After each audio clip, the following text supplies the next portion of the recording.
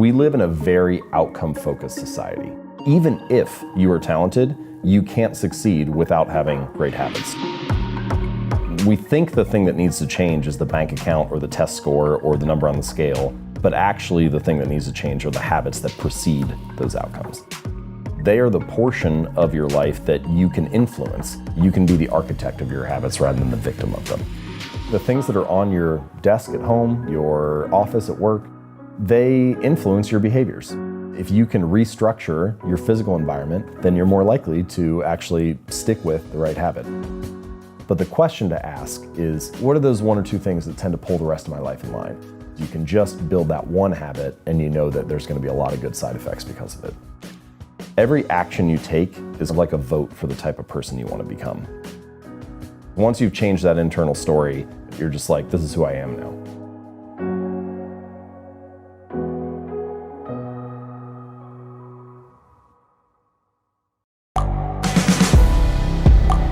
The world is changing.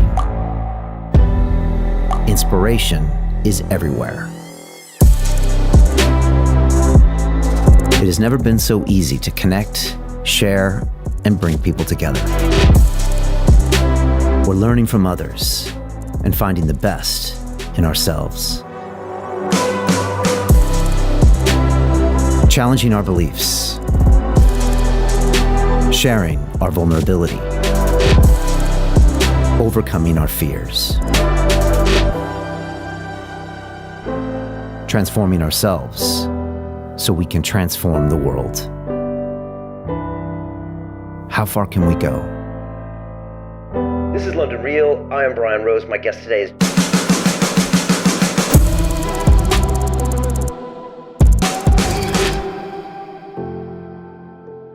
Did you realize that the results in your life are a measure of your habits? What do you do every single day to be successful? That determines who you are. And if I look at your habits right now, I can tell the person that you want to become. And it's a hard thing to really think about, but what are you doing every single day for your health, your lifestyle, your diet, your business? Those little 1% changes can have a massive effect over time. And that's what our guest is here to talk about today, Mr. James Clear, Atomic Habits. And he really structures it all out to get you what you want. And he also says that we don't rise to our goals, we fall to the level of our systems. What systems do we have in place to get our lives to the next level? And I love this book, Atomic Habits. There's all sorts of vital information in there about how you can put routines in place that make you feel good, that make them repeatable, and they can really change the course of your life. So I know you're gonna enjoy my time with James. He's got a whole structured layout of how you can change your life starting today. This is London Real. I am Brian Rose. My guest today is James Clear, the writer, entrepreneur, speaker, and New York Times bestselling author. You've spent years educating millions of readers on the importance of habits, decision-making, and continuous improvement. You're a regular speaker at Fortune 500 companies, and your work is used in the NFL, NBA, and MLB. Your new book, Atomic Habits, details your system of building good habits and breaking bad ones, showing how small changes can have a transformative effect in every aspect of your life. James, welcome to London Real. Thank you. Good to talk to you. It's great to have you here. First, we'd love to get your impressions on this city we call London. What do you think about this place? I love London. I could definitely live here. I see all kinds of opportunities, like there are fascinating people. It doesn't really matter what industry you're interested in, finance, fashion, publishing, whatever it is, you can find somebody cool to hang out with. Great food, which I am all about. I basically have ate my way around the city for the last few days. So I love visiting. And you said you'd recently been to New York and Los Angeles and Tokyo, but you wouldn't necessarily live in those cities. I love all those cities and I love visiting them, but I feel like I could carve out a life in London and call it home, and I don't know what it is. There's something a little less stressful about walking around in London to me. All the neighborhoods are different. You can find one that's the right fit for you. I don't know, it just feels more cozy to me. Yeah, it really is this grouping of neighborhoods, maybe like 30 or 40 neighborhoods. And you could say Manhattan it's like Chelsea and the West Village and Upper East Side, but to a normal civilian, when they go there, it kind of looks the same. But here you kind of have vibes and restaurants and attitudes. And yeah, I find it. London's fairly spread out. It's a fairly large city, whereas New York naturally is contained, right? Manhattan in particular, and it has to be on the island.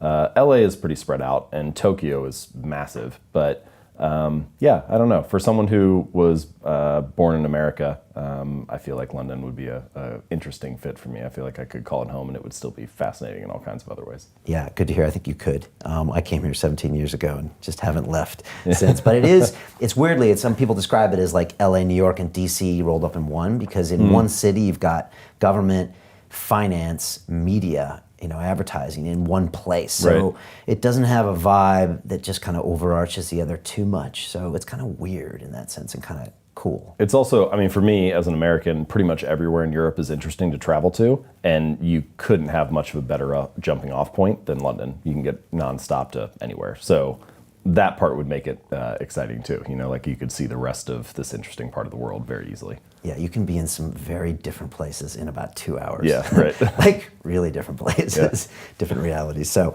cool. Well, welcome to that. I'm really excited to talk about these habits with you, because I've had over 500 people sitting in that chair. And after the first 200 or 300, I started asking myself, what makes this person get in this chair as opposed to the person I just walked by on the sidewalk, or the person that drove my bus, or the person that served me coffee? And I'm always like, what makes them different? And I came to this conclusion that there are no high-performance people, just high-performance habits.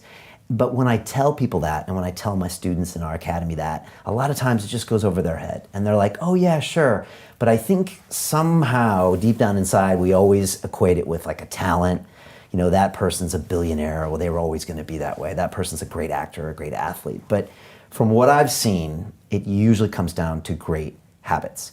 And if you really dissect their behavior, it turns out that they're doing some really pretty granular things that they're doing. I haven't met too many people that wake up at 5 a.m. that actually do great things. A lot of times those people are actually doing things. I don't know many people that wake up at 5 a.m. and then watch Netflix. I mean, there's usually, I know Jocko Willink, the Navy SEAL, and like he's getting up at 4 a.m. and posting pictures of his watch. But a lot of times those people are being effective. And so I really do think habits are important. So I hope everybody listening really plugs into what we're going to say, because it's not just about being high performance or getting what you want. I think it's about having a great life. Correct me if I'm wrong. Yeah, so I think there actually are. I agree with that point, but it's, I think, even deeper than that. So it's not that luck and randomness and uncertainty don't play a role in life. They do. Luck is a part of all of our lives to a certain degree, both good fortune and bad. But by definition, you don't have control over luck. And your habits also matter. And I think that the reason they're so worthwhile to focus on and understand is that they are the portion of your life that you can influence that also determines your outcomes. It's not just luck, it's not just habits, but one of those you have control over. And so it makes sense. The only reasonable strategy is to focus on what you can control. If you spend all of your time focusing on things you can't control, then you're just going to end up frustrated. And so I think habits are maybe the best lever for that. Now, something that I say deeper in the book that I also think is true is that talent and genes, they play a role. Like I have a chapter, I think it's chapter 18 or 19, it's like the role of genes and habits and how they interplay. And it's important, people have natural predispositions to things that make them better. But what you find is that nearly always when someone is a great performer in a particular domain, they are both well-suited, so naturally talented or have some kind of predisposition to that area, and well-trained. And so even if you are talented, you can't succeed without having great habits to execute and to fully realize the potential that you have. Right. And so no matter where we're talking, I think habits play a crucial role. Yeah, we've all heard the story of the coach that just is shaking his head because that one kid had so much talent, but he never showed up to practice. I think sometimes, I played baseball all the way through college, and I think sometimes I would rather be an athlete that's at like the 90th percentile of physical talent, but like the 95th of execution and habits than the other way around. Because if you don't have the habits and the practice routines and rituals to actually realize your potential, a lot of the time it's just not enough. It's enough at lower levels, but once you get to the top of any field, everybody's talented. And so the thing that separates you is often not the physical gifts, but your ability to practice, get out of your own way, your mental approach, all that type of stuff. Anyway, so those are some more nuanced points, but I think the central thing that you were getting at is true. Your outcomes in life are often a lagging measure of your habits. Like a lot of the time people talk about, I want to have more money, or I want to lose weight, or I want some kind of result. But the truth is, Your bank account is a lagging measure of your financial habits. Your weight is a lagging measure of your eating habits. Your knowledge is a lagging measure of your learning and reading habits. And so it's actually, we think the thing that needs to change is the bank account or the test score or the number on the scale, but actually the thing that needs to change are the habits that precede those outcomes. Right. And even more so, your identity and sense of self a lot of times is all rolled up into your habits, which is even a crazier kind of a messing with your brain. In that these little things you do that you might ignore all the time could change who you actually are. So I had this question while I was researching the book. I think identity plays a crucial role, but my question was like, well, how do we come to believe things about ourselves? Because when you come into the world as a baby, you don't have any preset beliefs or notions. That's not to say that, again, your genes don't matter. They certainly matter in some sense, like your height might be more or less baked into your DNA. But we all realize that if you grew up in a different culture or a different religion or a different community or household, you could adopt completely different beliefs if that was what you were raised in. And so I was like, well, how does that happen, right? How does this internal story that we tell ourselves, our identity, become shaped and formed? And I realized that it's mostly through the repetition of that story. And so what you come to realize is that your habits reinforce a particular identity. And sometimes this can be positive and sometimes it can be negative. The story could be things like, I'm bad at math, or I'm terrible at remembering people's names, or I'm not good at remembering directions places. Yeah. And all of those that's just an internal story that you tell yourself. But each time you have an experience that reinforces that, the story gets solidified.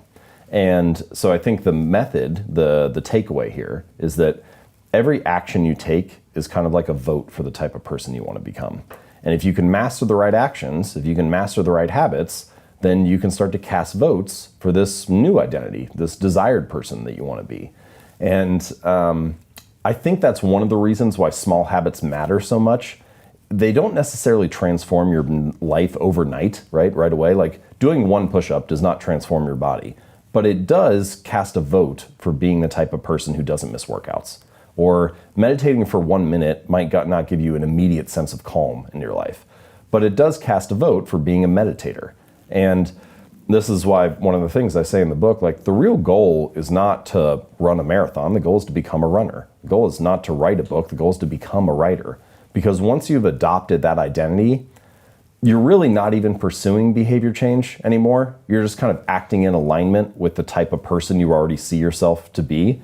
It's kind of like true behavior change is really identity change. Because once you've changed that internal story, it's way easier to show up each day. You're not even really motivating yourself that much to do it. You're just like, this is who I am now. Yeah, and we'll get into that because the difference between goals and systems, I think, kind of touches on this a little bit, which is important. You know, a couple of years ago, we were teaching in our academy. We were teaching people how to start their own podcasts and how to start businesses from their profile. And someone said to me, Brian, can you teach me stuff that's non-business related? And so I looked at my life. And over the past 4 or 5 years, I had picked up all of these habits from the guests that had sat in that chair, from habits on how to meditate and do affirmations and do like a low media diet and movement practices and eating habits. And I actually hadn't even thought about it, but by being around them and watching them, I started practicing them and I picked up all these like amazing habits. And I also had some bad habits, like about 10 or 15 years ago. I had drug addictions. I had all this other stuff that I kind of talked about last year in one of my movies. So it'd be good to kind of explore, you know, how these things get put in place, how you can maybe choose the good ones or the bad ones, and then identify a lot of the psychology behind this stuff. So I'd love to jump in. And there's so much IP in this book. It's an amazing book. I'd love to talk about some of the fundamentals, some of the definitions, what's a habit, and then I'd love to get into some of your sections about how to make a habit obvious, how to make it attractive, how to make it easy, how to make it satisfying. Sure. And then maybe we'll have some chance to go into some of the advanced stuff, like you said, with DNA and things like that. So start it all off.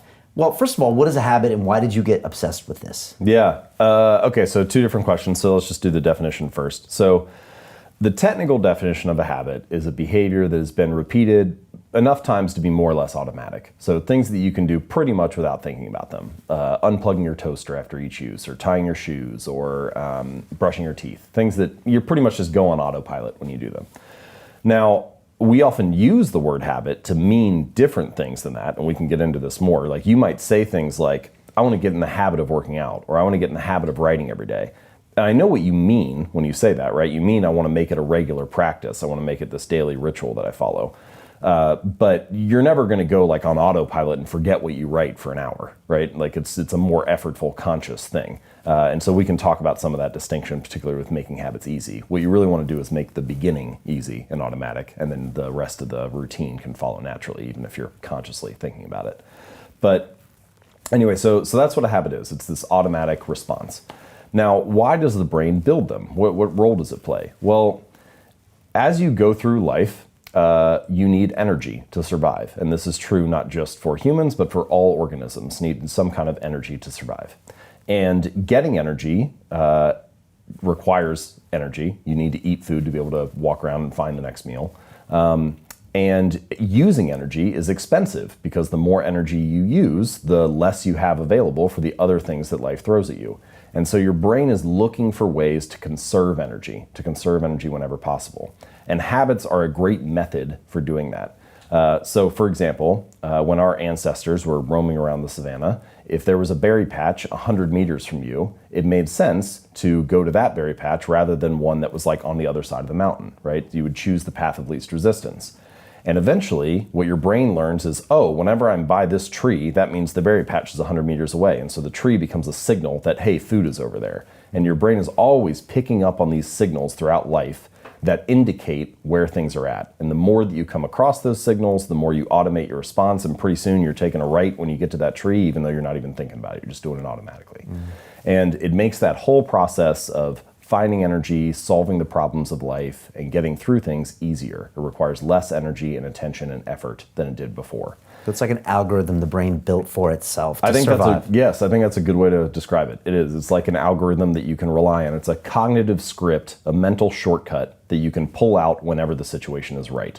And that's true not just for things like finding food, which is essential for our survival, but also for daily tasks, because all these daily tasks take energy as well. So something like tying your shoes, your brain learns the context of when I have a shoe on my foot and the shoestring is untied, that means I do this little routine where I tie the shoelace into a knot and so on. And the first time you do it, it takes energy, but after you do it 100 times or 1,000 times or 10,000 times, pretty soon you're doing it just like turning right at the tree. You can have a conversation with somebody else or listen to a podcast or think about your to-do list for the day. You free up that energy and attention to be used elsewhere. And this is perhaps the biggest thing that they do, you have less wasted energy. Rather than fumbling with the laces and trying hard to do it, you can do it more quickly and fluently, and that saves you energy and time for the next task. So that's why your brain builds them, and what a habit does. And then as far as why I got interested in them, I started to realize, similar to what I hinted at a moment or two ago, that both luck and habits play a role in life, but that you have control over your habits. And the funny thing is, we're building them all the time, but a lot of people don't feel like they have control over their habits. They feel like their habits are taking control of them, that they're like a victim of these bad routines.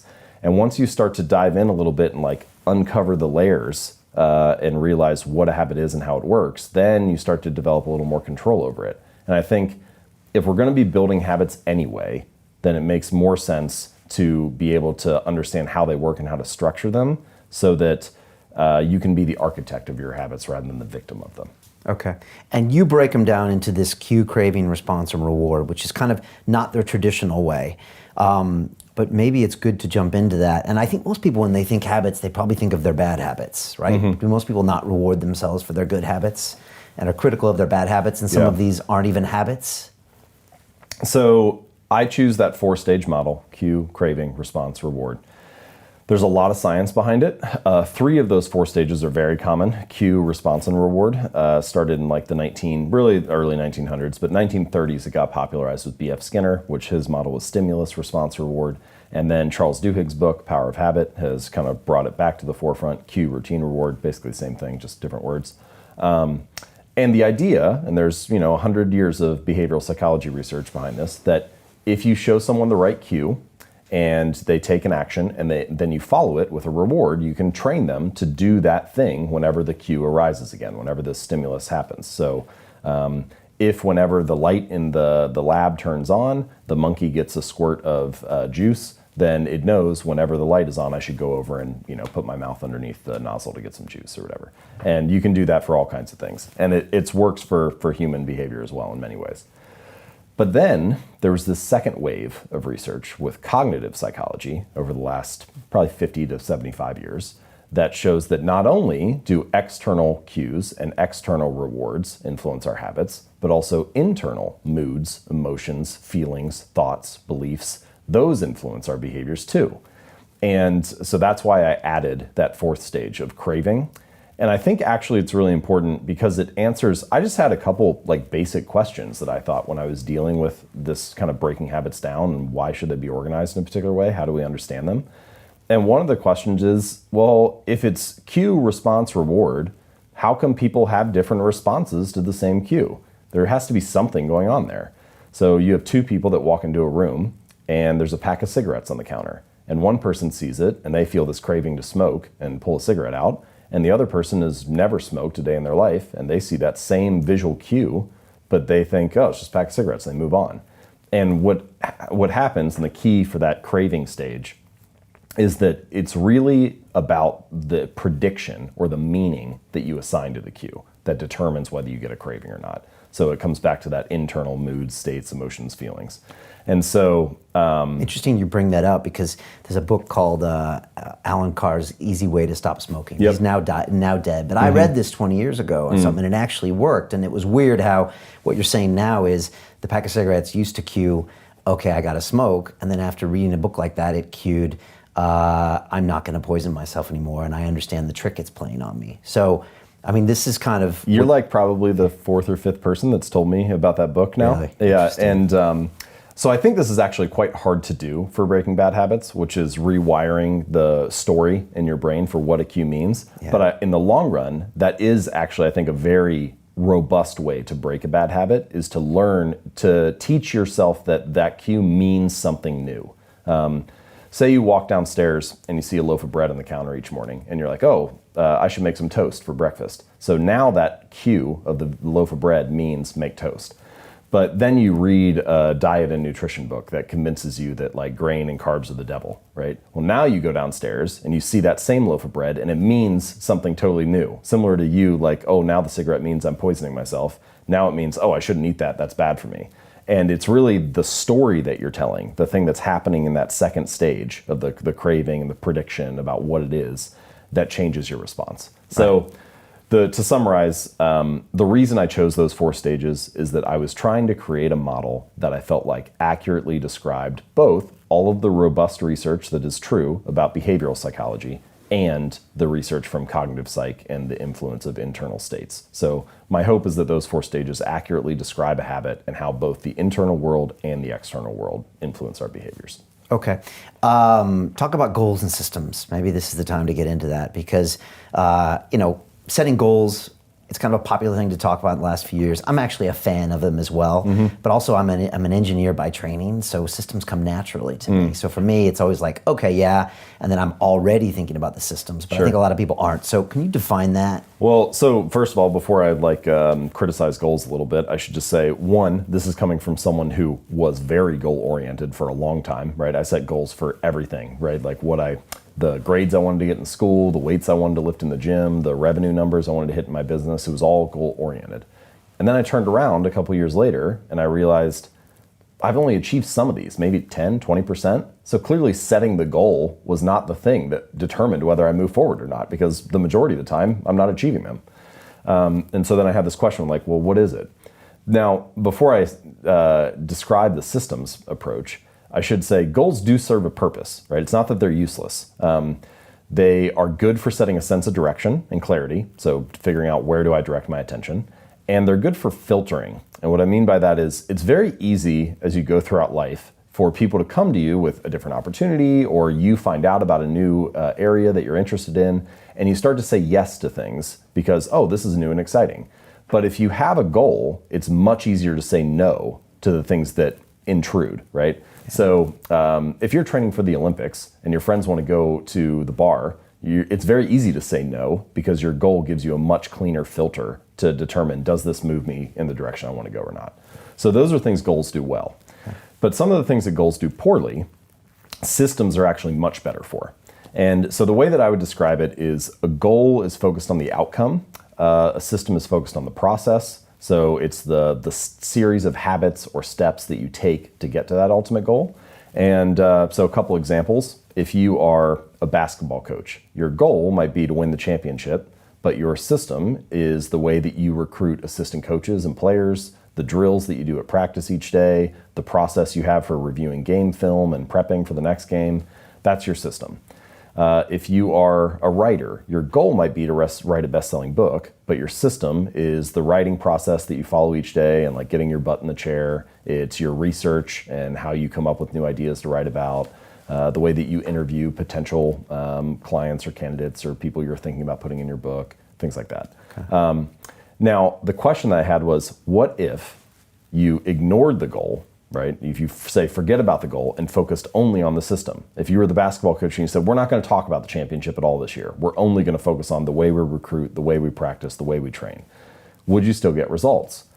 And I think for the most part, you probably would. And this, I think, is the hard part, the thing that often gets overlooked, is that we live in a very outcome-focused society. Things are only news stories or shared on social media once they are a result. So the results of success are very visible and easy to view. You know, you're never going to see a story that's like, man eats chicken and salad for lunch today. It's only going to be a story a year later when it's like, man loses 100 pounds. It's only the outcome that is visible. Because it's like simple for us also to process that thought, right? It's like, oh, I get it. Something important happened. I prioritize it. Because it's this, oh, this event was accomplished, right? This is one of the things that's challenging about building better habits, is that they're very easy to dismiss on any given day, right? Like, what is the difference between eating a burger and fries for lunch or eating a salad? Not a whole lot on any given day. Your body looks basically the same in the mirror. The scale hasn't really changed. It's really easy to dismiss it in your mind and say, oh, this is kind of insignificant. But you know, you turn around 2 or 5 or 10 years later and you realize, oh wow, those daily choices really did add up. It's just much harder to see on a granular basis. So a shift, all I'm really calling for here is not to say that goals are useless or we should totally ignore them, but instead, rather than making the goal the default, the thing that you focus on almost exclusively, let's make the system the default and then only check in on the goal occasionally to see if we're moving in the right direction. Okay. And also just kind of realize and admit that we all have a bias towards goals and that we see them everywhere that we go and that we need to maybe kind of de-emphasize them a little bit and just get back to look at the system underneath it maybe. I think de-emphasize is a good word for that. You know, like goals are in front of us all the time. Outcomes and results are always in front of us. So maybe we just shift the attention a little bit more to the process and the habits. Yeah, and it's funny, that's what I was talking about. When people come in this chair, I get to spend 2 hours with them. And once you deconstruct your life, you actually see the systems. And that's why when they sit in the chair, they'll see Eddie as the famous comedian or the $50 billion man or the champion boxer. And oh, wow. But when you go into there, you realize that they've gone in and done the work when they didn't want to do it, that they pushed through the difficulty, that all that stuff. And then you see, oh, there's the systems there. Because there rarely is a result without a system.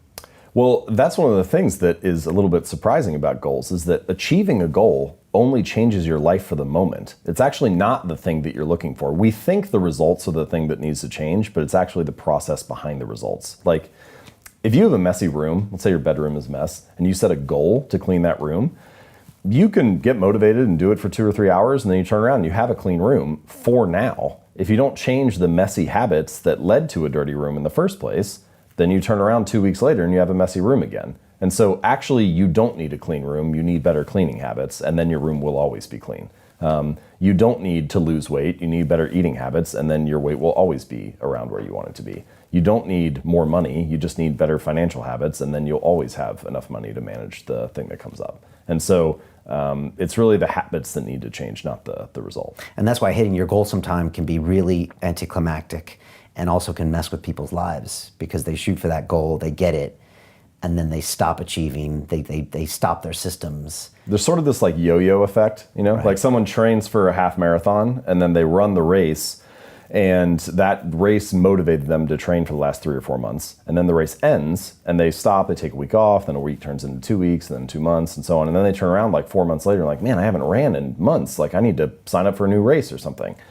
Because if it's all about the goal, as soon as the goal is achieved, you don't have that motivating you anymore. But if instead it's about being a runner, then even once you finish the race, you still have a reason to show up again the next week because you're like, well, that's what I do is I run. That's who I am. Right. And so I think that that's a more, in pretty much any domain, true long-term thinking is really goalless thinking. It's much more about being that person, developing that identity, following that system, and then you just happen to realize your potential along the way. Okay. Talking about this 1% every day, when people hear that in their minds, they're just like, oh, it's so tiny, it doesn't matter. Well, what is the thought process behind this 1% every day?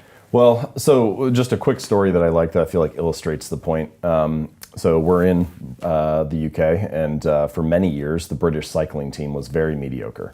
They had never won a Tour de France, even though the race had been around over 100 years. They had won, I think, a single gold medal back in 1908. And so they brought in this new performance director, 2003, 2004, and he believed in this concept that he called the aggregation of marginal gains. And so he described it as like the 1% improvement in all the areas related to cycling. And so they started by making 1% improvements that other teams were probably looking at too. Put slightly lighter tires on the bike. They had their riders wear these electrically heated overshorts to keep their legs warm so they could ride for longer. They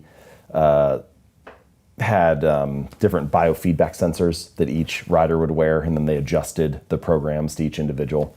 But again, competitive field, a lot of teams are doing that. So then they did a bunch of 1% changes that nobody else was thinking about. Like they hired a surgeon to come in and teach them how to wash their hands to reduce the risk of catching the cold or getting a flu. They split tested different types of massage gels to see which one led to the fastest form of muscle recovery. They even figured out the type of pillow and mattress that led to the best night's sleep for each rider, and then they brought that on the road with them to big events like when they were at hotels for the Tour de France and things like that. And so Brailsford said, all right, the coach said, if we can actually do this, right, execute on all these little 1% changes, then I think we can win a Tour de France within 5 years. Right. Now, he must have had to really sell people on this because you can already see the naysayers, and we're in Britain as well, where they're going to be like, come on, this is ridiculous. Right. Well, and it just, no single change seemed like very much, right? Yeah. So one of the changes they made was they had their outdoor riders switch to indoor racing suits because they tested them in a wind tunnel, and turns out the indoor suits were a little more aerodynamic. Which, you think, all right, whatever, I got like basically skin-tight clothes on either way. How's this going to make much of a difference? Right. Anyway, so they did, in fact, execute on all these little changes, and they won the Tour de France not in 5 years, but in 3 years. And then they repeated again the fourth year with a different rider. And then after 1 year off, they've now won the last 3 in a row again. So they've won 5 of the last 6 now, after having never won it for more than 100 years. It's definitely an obvious anomaly. I mean, you look at it and you're like, what? Because it's not like we have a cycling culture here or anything. It was just a big anomaly when we saw them massively improve.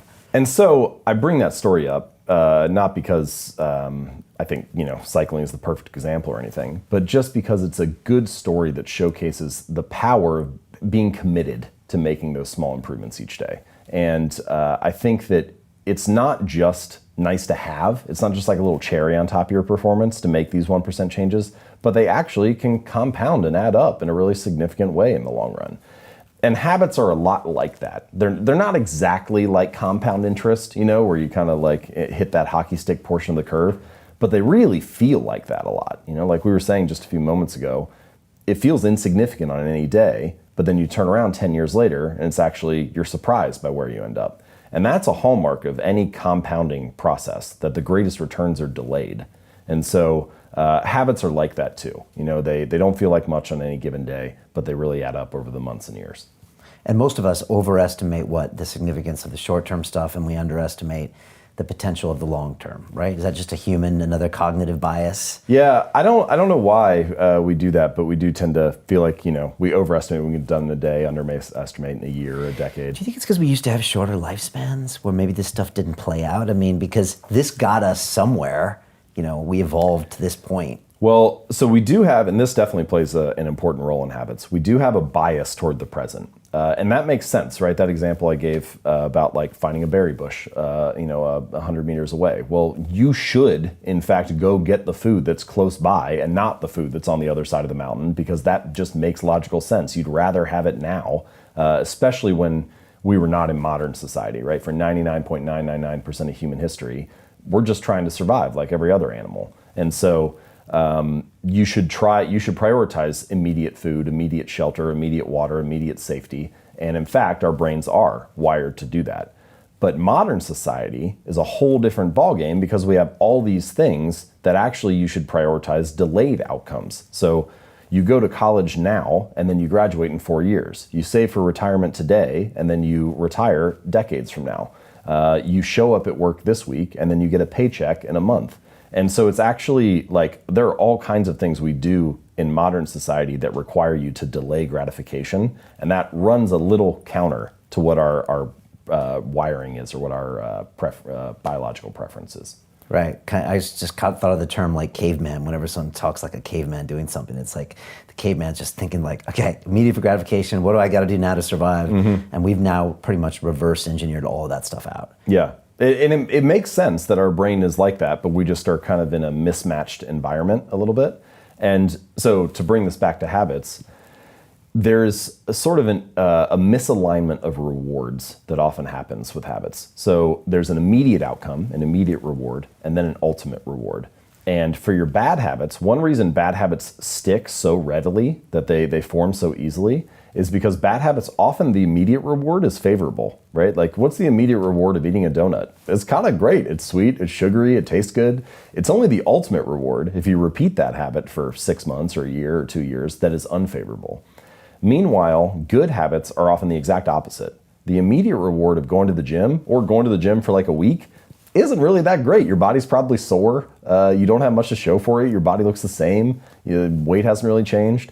But if you stick to that for 6 months or a year or 2 years, then the ultimate reward is favorable. And so a lot of the balance or a lot of the challenge of building good habits and breaking bad ones is figuring out how to pull the long-term costs of your bad habits into the present moment, so you feel a little bit of that pain right now and have a reason to avoid it, and pull the long-term rewards of your good habits into the present moment so it feels good and you have a reason to kind of make it through that like valley of death in the beginning and stick with it while you're waiting for those delayed rewards to accumulate.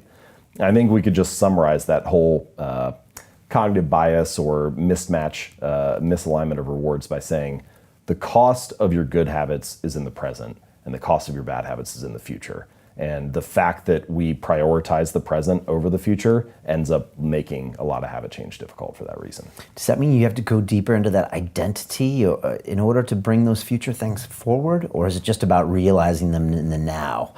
You know, it's a good question. I think, so you're on the right track because I think that the ultimate form of intrinsic gratification is a reaffirmation of your desired identity. So if your desired identity is, I'm the type of person who doesn't miss workouts, or I'm an athlete, every time you're doing a squat, literally you can be in the middle of the rep and you're already getting gratified because you're acting in alignment with the type of person you want to be. It's like, oh, I just did that rep, I didn't miss this workout. That feels good. Now, I do think it takes a little while to get to that point where that actually feels like you. You know, you can imagine somebody goes to the gym for the first week or the first month. They don't quite identify that way yet because they haven't spent enough time there. Stephen Pressfield, the writer, he wrote War of Art. Yeah. So I think it's in the War of Art. He has a piece where he talks about a wolf and how the wolf develops a territory, right? Okay. But the only way that it develops a territory is by being there, by walking around the terrain every day. And then it starts to feel like this is mine, this is my home. And he talks about writers doing that by like you make the chair and the computer and the desk in your office your territory, it becomes your terrain. And I think that is true for most habits too. Like when you walk into the gym for the first time, you feel very uncertain. It's not your territory. You don't feel like it's your terrain. But once you show up again for a week or a month or a year, at some point you cross this invisible threshold where it starts to feel like, yeah, this is for me, or I belong. And that, I think, once you've crossed that stage, it becomes more likely that you can get that kind of reaffirmation of your identity and start to instantly feel gratified. But there are other things that you can do in the short term to feel more gratified while you're working on those habits. So here's just one little tactic. Let's say that you're either trying to work out or build a habit of meditating or something. And so each time you do your habit of meditating for 5 minutes, you have this little jar of marbles, and you got like 100 marbles in there, and 90 are red and 10 are blue. And after each instance of your habit, you walk over and you pull a marble out of the jar. And if you pull out one of the 90, then nothing happens. It's just like pat on the back, good job, you did what you're supposed to. But if you pull out one of the 10, then you get some kind of reward that's exciting to you. Maybe you get to watch Netflix for an hour and not feel guilty, or go for a walk outside, or take a bubble bath, or buy yourself a new jacket, whatever it is, like something that feels rewarding. And what you just did was you introduced an element of immediate gratification and of like surprise and delight to the whole process. And so, yeah, that first week when you're meditating, you still might not identify as a meditator, or you still might not have a sense of calm wash over your life. But you have this other interesting thing that is rewarding right away that maybe gets you to stick with it while you're waiting for those long-term rewards to accumulate. And the variable reward, is that an important part of that? Yeah, so that does introduce a variable reward for that one, right? And so for people listening, if you're not familiar, the term variable reward is, it's been widely studied in psychology. Actually, the way they discovered it was an accident. B.F. Skinner, the researcher who came across it, was running low on food pellets. So the rats that he was training, he would give them a pellet whenever they did the thing that he wanted. And he was running low on them. He had to hand press them each time. And so he thought, well, maybe I'll just give them one every other time. And it turns out that actually increased the rate that the rats would act and do the thing because they didn't know if they were going to get it or not. So they were like, something must be wrong. Like, I need to press this lever even more because I thought I was supposed to get one every time. And it turns out that actually leads to a spike in activity. And so a variable reward can be a good way to increase the frequency with which you do a habit. Now, it's worth noting, it's not like a panacea. You can't just take something you don't want to do and then make the reward vary and then be like, oh, now I'll do it. Because it doesn't work that way. But if you already want to do it, then it'll increase the rate at which you do. Right. And there's a great book called Hooked by Nir Eyal, Yeah. and he talks about that. And if you work in Silicon Valley, you're very familiar with variable reward because a lot of our apps are based on that. Maybe we can talk about that at the end. Sure. Something that's become really obvious is it feels like, well, I think all of life is a game between your conscious and subconscious. And it feels like part of these habits are almost like tricking your subconscious into thinking I am this person. And part of the way it does that is when you repeat these habits, your subconscious says, I guess I am a runner if I'm running 4 days a week. Yeah. Are there other ways to like hack into that? And I'll throw you a curveball, but there's this concept of affirmations, you know, where people say out loud every day what they are with the hopes that they become that person. Is this a way to maybe hack into some of this habit forming stuff? And what are your thoughts on it? Yeah, so affirmations or visualization or the kind of idea of like fake it till you make it. I don't think there's anything wrong with those things. There's nothing wrong with being more, if you get to choose what story you tell yourself, you might as well choose a positive one, right? But I do think that my method differs a little bit from positive affirmations or from fake it till you make it in the following way. So fake it till you make it is asking you to believe something about yourself without having evidence for it yet, right? You say, I'm a healthy person, even though you haven't gone to the gym yet or whatever. And we have a word for beliefs that don't have evidence. We call it delusion, right? Like at some point, your brain doesn't like this mismatch between what you're saying and what you're doing. And so the only nuance, the difference in my argument is that I think that we should let the behavior lead the way. So let the behavior drive the belief rather than the belief drive the behavior. And to be clear, it can work both ways, and it does throughout daily life. Like people adopt a new belief and then they take a new action because of it. But I think that if you're trying to get yourself to latch onto a new identity or tell yourself a new story, it's more powerful to let the behavior lead the way because the behavior provides immediate evidence that you are that kind of person. So if you say, I'm a healthy person, you might be able to, it's like a short-term strategy. You might be able to amp yourself up or motivate yourself in the moment. But if you do 5 push-ups, you immediately have proof, I'm a person who works out. And there's something about that evidence that I think makes it easier for you to root that new story in something. It gives you a reason to actually hold on to it. And so for that reason, I think it's more useful to start with the small habits, build up some evidence and proof of that new identity. And then the more that you do that, the bigger the pile of evidence becomes, the more reason you have to actually believe, hey, that is me. Yeah, maybe some combination of both or something. When you were talking about the working out story, I kept thinking of this Arnold Schwarzenegger quote from the movie Pumping Iron when he was like, every rep I was smiling, he said, because it was getting me one step closer to Mr. Olympia. And then you look at him and you're like, okay, I can see why Arnold would think that, but most people, every rep is pain, and they don't see it. So is that a way of him kind of hacking forward those for future payouts? I think that is similar to what you mentioned earlier about like, oh, cigarettes are poison, or the story about the bread, like, oh, carbs being unhealthy or whatever. Is that he was finding a different way. He was developing a new meaning for the same experience, right? Usually, it's the meaning you ascribe to that experience is my muscles are burning. This is painful. I'm not enjoying this. It requires sacrifice. And he twisted that around to say, this is great, the pain means I'm growing, it means I'm moving forward, I'm getting closer to my goal, and so on. And I think there's something powerful about good habits become easy habits when you can learn to find joy in delaying gratification, right? And so he was finding a way to get pleasure out of the process of putting in the work. And that can be a really powerful motivator in the long run. Is that called reframing? Yeah, and I think that I've thought about writing about this more. I haven't written a ton about it yet, but I think that there are strategies and a few different mindset reframes that you can go through that can really change the likelihood that you stick with a habit. If you learn the right story to tell yourself, it becomes easier to maintain that over the long run. To continue watching the rest of the episode for free, visit our website londonreal.tv or click the link in the description below.